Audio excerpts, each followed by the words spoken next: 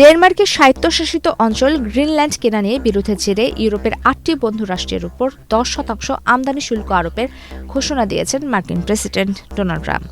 আগামী ফেব্রুয়ারি থেকে এই সিদ্ধান্ত কার্যকর হবে। দাবি পূরণ না হলে জুনের মধ্যে এই শুল্কের পরিমাণ ২৫% উন্নীত করার হুমকিও দিয়েছেন তিনি।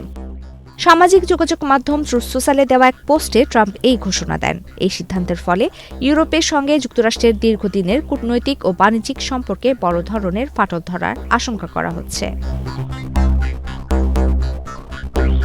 ট্রাম্পের এই শুল্কের কবলে পড়ছে Denmark, Norway, Sweden, France, Germany, যুক্তরাজ্য, নেদারল্যান্ডস এবং ফিনল্যান্ড।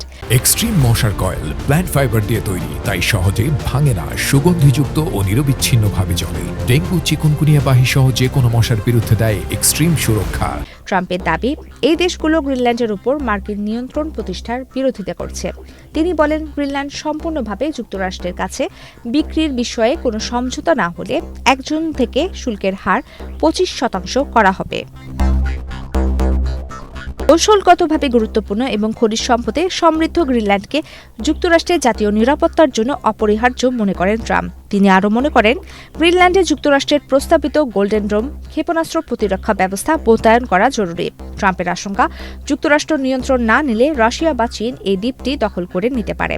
যদিও ডেনমার্কের সামরিক কর্মকর্তারা জানিয়েছেন, গ্রিনল্যান্ডের উপকূলে বর্তমানে রুশ বা চীনা যুদ্ধজাহাজের কোনো অস্তিত্ব নেই। ট্রাম্পের এই ঘোষণায় তীব্র প্রতিক্রিয়া জানিয়েছে ইউরোপীয় ইউনিয়ন। ইউরোপীয় কমিশনের president Ursula von der Leyen এবং ইউরোপীয় কাউন্সিলের প্রধান আন্তোনিও কস্তা এক যৌথ বিবৃতিতে বলেছেন, এই শুল্ক আটলান্টিক মহাসাগরে দুই তীরের সম্পর্ককে ক্ষতিগ্রস্ত করবে এবং এক বিপজ্জনক পরিস্থিতির সৃষ্টি করবে। ফ্রান্সের প্রেসিডেন্ট ইমানুয়েল মাখোঁ এই হুমকিকে ইউক্রেনে পুতিনের আগ্রাসনের সঙ্গে তুলনা করে বলেছেন, হুমকি দিয়ে আমাদের টলানো যাবে না। ডেনমার্কের পররাষ্ট্রমন্ত্রী লার্স লুকে রাসমুসেন একে বিস্ময়কর বলে অভিহিত করেছেন।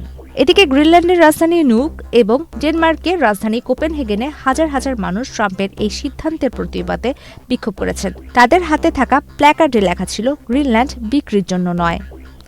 প্রমিতি কিবরিয়া ইসলাম, বাংলাদেশ প্রতিদিন।